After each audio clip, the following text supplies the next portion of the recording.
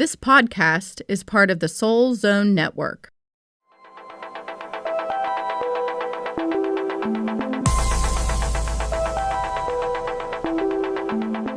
Hello, and welcome to the Butterfly Connection. Connecting your soul to source with Molly Ray Randall and Sara Courtney.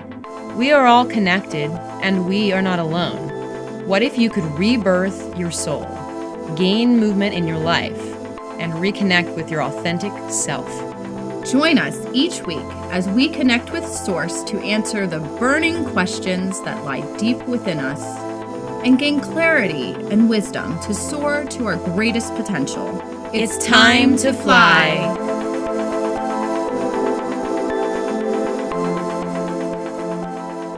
This is BK12, Finding Hope in the Darkness, Honoring Our Feelings.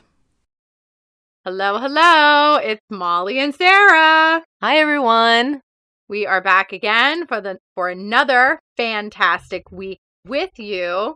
And, we have spent quite a bit of time really tuning in to our angels and guides this week and really asking them what it is that they feel is going to be the best conversation for us to have today. And the biggest message that we are getting is to have a raw discussion about feelings. Feelings can be any kind of feelings. It can be sad feelings, happy feelings, angry feelings, joyous feelings, any kind of feelings. We are given all of these feelings. We are meant to be feeling these feelings. I feel that sometimes, though, we struggle with any kind of feeling that has been deemed negative.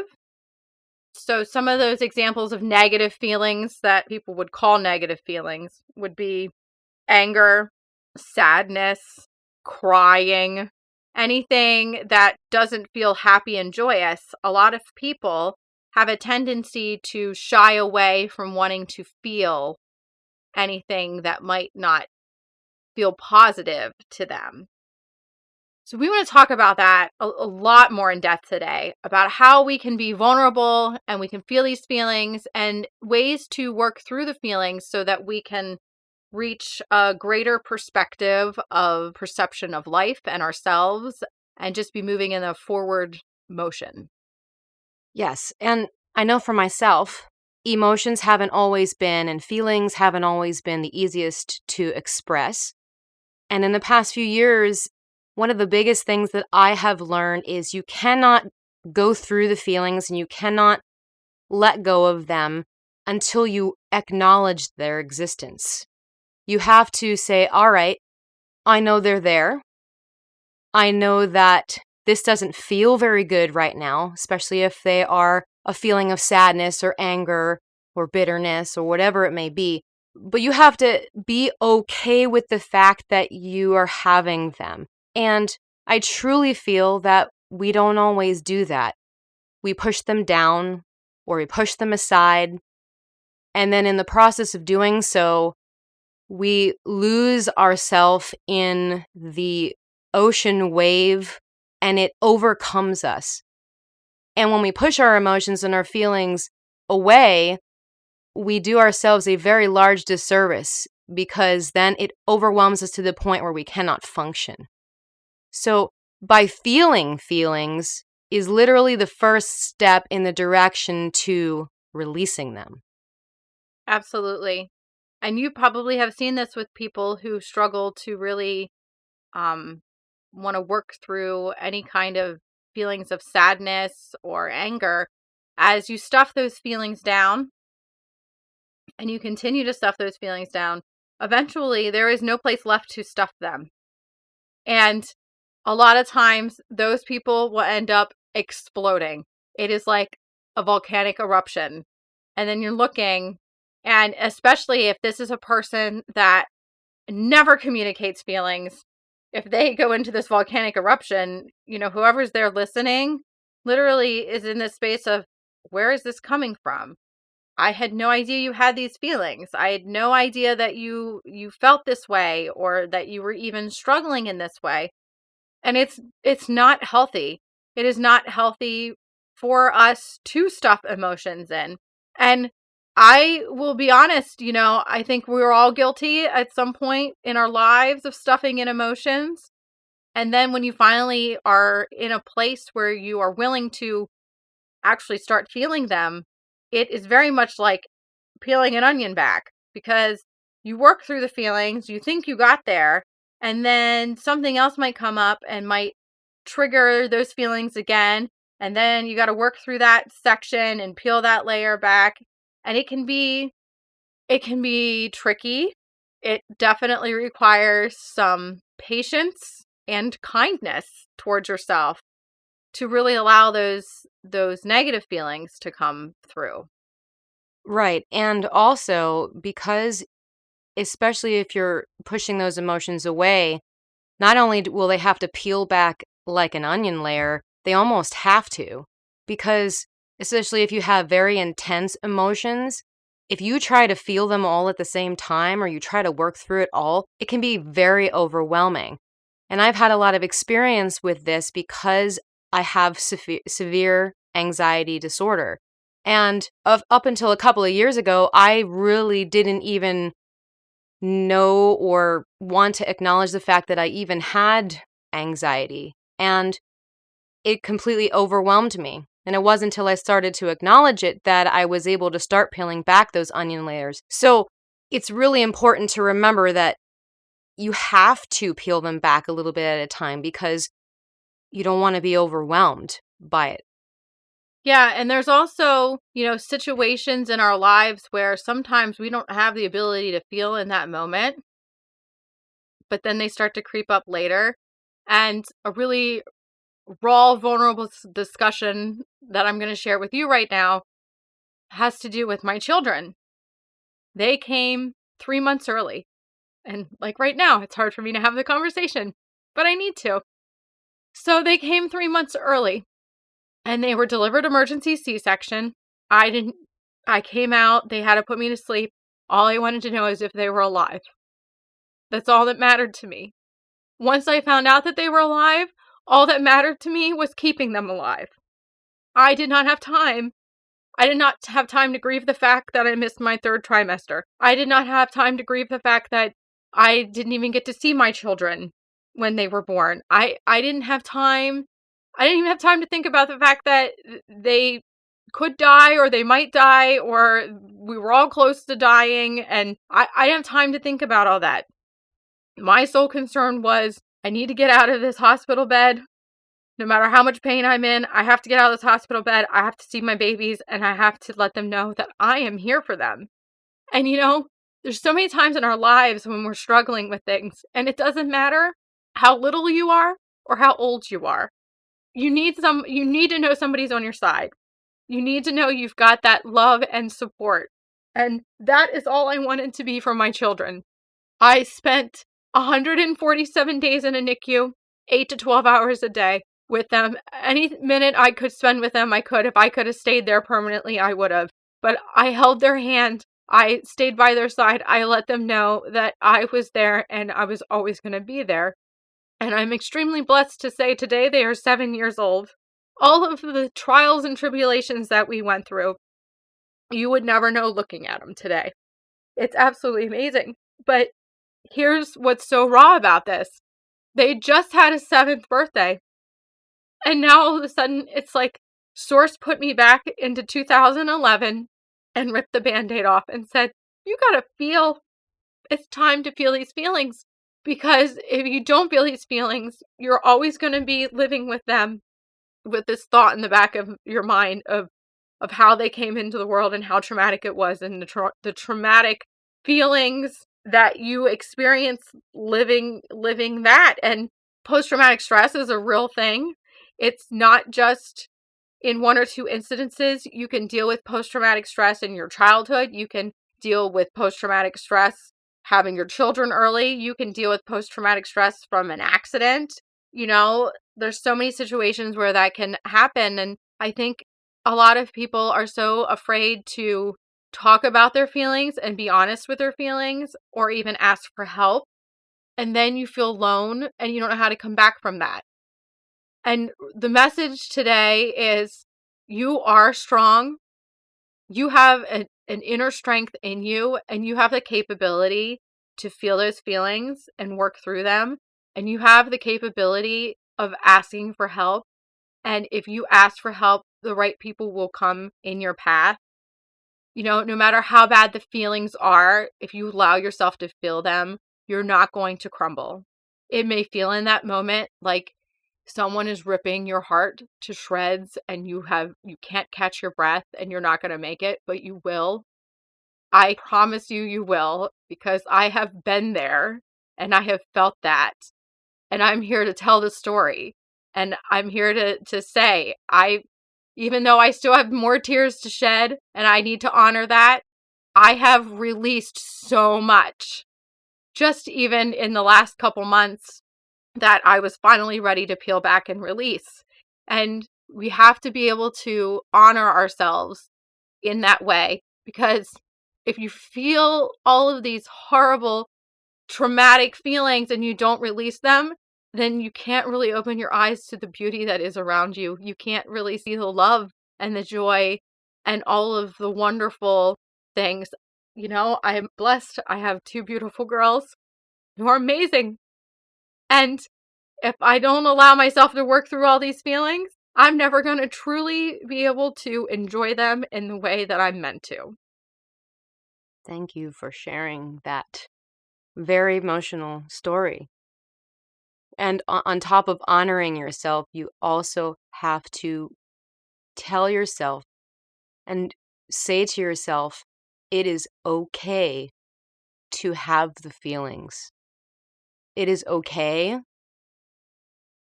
You are not going to fall off a cliff into the deep abyss of your emotions swirling and never be able to make it back out again. I promise you that there is another side to the tunnel.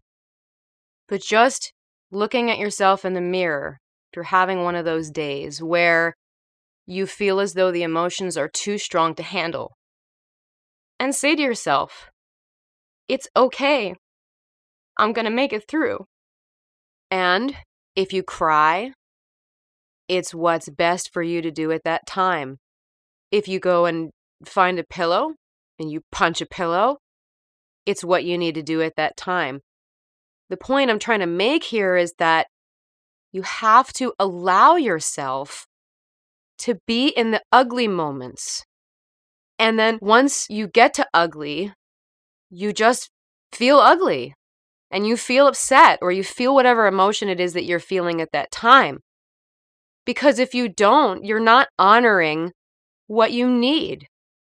And it's part of self-care, my friends. It's part of taking care of our souls.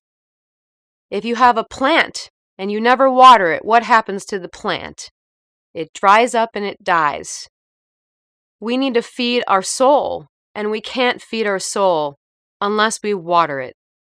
So at this time, I'd like to share with you a story about how I didn't feel. I haven't been a feeler.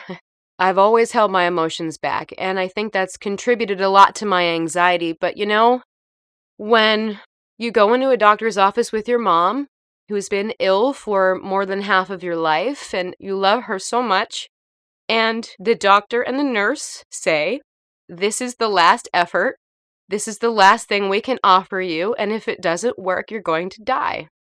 And as an only child and a daughter, I chose not to feel. I chose to shove that emotion aside because I wanted to be the strong person. Because I felt as though in my life that I needed to be the strong person all the time.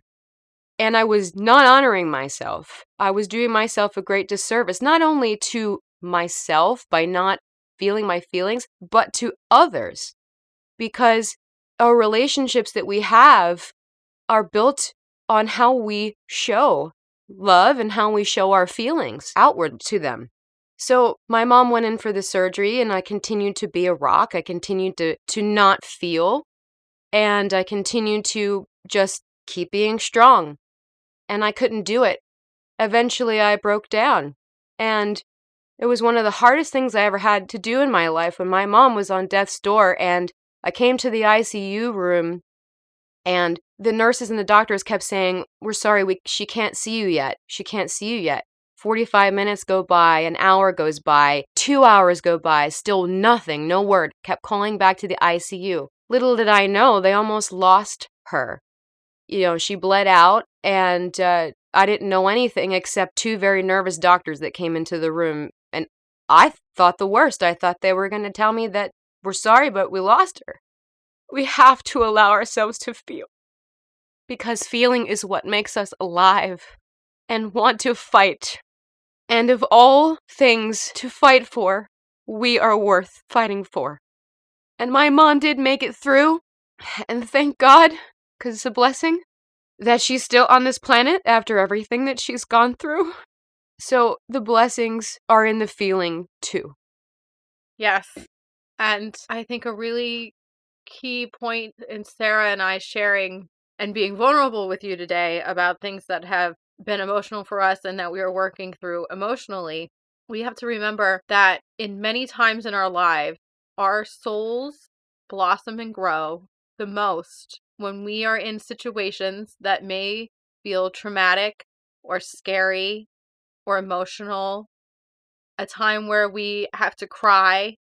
Sometimes it takes in those moments for us to really connect ourselves with Source. There's a lot of times when we're going through horrible things in life where we start to lose our connection to our guides, and we start to lose our connection to our angels and to Source, and whoever it is that you connect to the most, we have a tendency to start to lose faith and lose ourselves in the situation. But we really need to also remember it's in those times when we break down and we feel those raw emotions, that is when our angels and our guides and Source are there with us, and they're there to support us. And in many times, many people will find that they feel the closest to them in those moments. They find their faith again.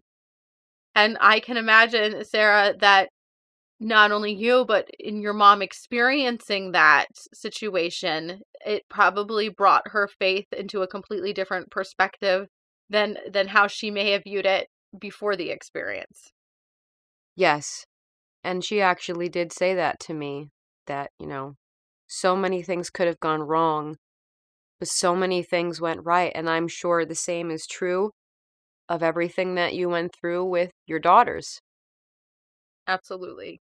I think that going through traumatic things in our lives, once we start to feel the feelings and honor those feelings, no matter how difficult it is to feel them, it's after that you actually start to see the rainbows in your world. It's when the colors, like we've talked about before, become more vibrant. It's when we start to awaken more. We start to appreciate things more. Like, for instance, my kids were on feeding tubes for years. I had to teach my kids how to eat. Well, that's such a natural response. Eating is such a natural response. How do you teach somebody what hunger feels like? I had to. And the amazing thing is now, I am so excited that they're excited about food. It excites me that they are excited about eating. It excites me that they like lots of different foods and that food is so meaningful to them, because when you're coming out into the world at under 2 pounds and you don't understand eating, and your mom spends years trying to teach you how to eat, and now finally you got it. I'm excited. I'm excited when they want to eat subs and things like sardines and, sushi and just whatever. I'm just excited that they're eating. To me, that is a blessing. Eating is a blessing. I don't know if I would have found eating to be a blessing within my children if I had not had that experience. It's just something that simple. Or the first time they finally walked and crawled, and I saw that. I feel like I saw that through a different light and in a different light, and having to honor the fact that the experience that I had of even having them was not the stereotype of having a child. I never got that stereotype of holding the baby when they came, or this, I had to wait weeks to hold my child. And I had to really come to an understanding that just because this is how most people do things, it's not always how it's going to be. It might not look that way. And if it didn't look that way for me, it doesn't mean that there's anything abnormal or something's not right about that, because there isn't. Just because society says that things should look a certain way, that doesn't mean that that's how things should look. And it's not just with how my pregnancy is. This is how it is with everything in life. We go through things in our lives and we spend a lot of time trying to compare what other people are doing or what other people looks like. And we get ourselves so stressed out and so anxiety ridden and upset if it doesn't look the same way. But it's not supposed to look the same way, because how we're experiencing it is how we're meant to experience it. Whether it is meant for us to work through feelings that we never honored before to gain more strength, or whether it is for us to experience in a different way because maybe somebody's going to come into our lives that had the same experience and felt completely alone and needed to know that there was somebody else out there that understood and felt how they were feeling. And to know that I can actually be an ear for someone else that has experienced what it's like to have a micro-preemie, or to experience what it's like to be in a NICU, and to be able to share with them the glory of our story, gives those people hope, and it helps them to work through their emotions. And I feel blessed to be able to have had that experience for what I am able to do for others that are experiencing that. Yes, thank you. That is so beautiful. And along the lines of hope, I think the thing that I learned the most out of going through my experience, with almost losing my mom, is no matter how bad things get, there's always hope. And though you might lose sight of that from time to time, because we're only human, that doesn't mean that hope doesn't still exist. It's still in the pot of gold at the end of that rainbow. And maybe we're at the beginning of the rainbow, but hope exists, and we can have hope if we can have faith in ourselves. Absolutely. Well, we know that this podcast was not as cheery as some of our other ones have been. No. But we do hope that if anything, we have inspired you today to give yourself permission to feel any of those feelings that you may have stuffed down deep within yourself, that you've been fearful of letting go of, because you are worth the time and the effort and the love it requires to let go of those yucky feelings we don't really want to be carrying with us anyways. And I really do hope that you give yourself some time this week to truly honor you and your feelings, because you are worth it. And I promise you, once you come out of that ugly feeling you're feeling, you're going to be able to start seeing the hope and the faith And the joy that comes with it. So thank you so much for listening to us this week. And thank you so much for allowing us to show our raw, vulnerable emotions with you. And as you know, we do have our Facebook group page. We're doing affirmations. I'm sure we're going to continue to be doing affirmations. It may not be always daily, but I know that that is something we will always be continuing to do as we all strive to live our best versions of ourselves. So please feel free to pop over to the Butterfly Kinection Facebook group page. And, you are always more than welcome to reach out to Sara and I. We do life coaching. We do that together. We do that separately. We do card readings. If you are needing some distance Reiki, we also offer that together. And, having it together, you're just kind of getting like a double whammy of that.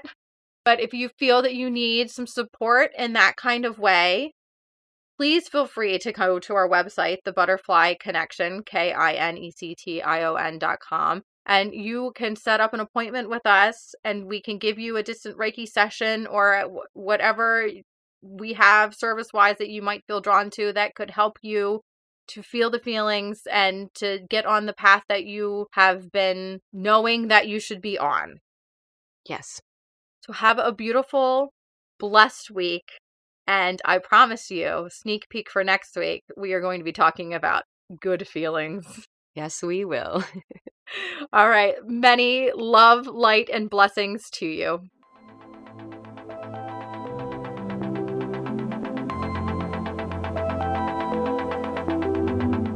Thank you for listening to The Butterfly Connection with Molly Ray Randall and Sara Courtney. Check out our website at thebutterflyconnection.com and download our free weekly guided journaling exercises. We would love to hear from you. Subscribe to our podcast and give us a review. Follow us on Facebook, Instagram, and Pinterest. And join us next week for another soul-connecting conversation.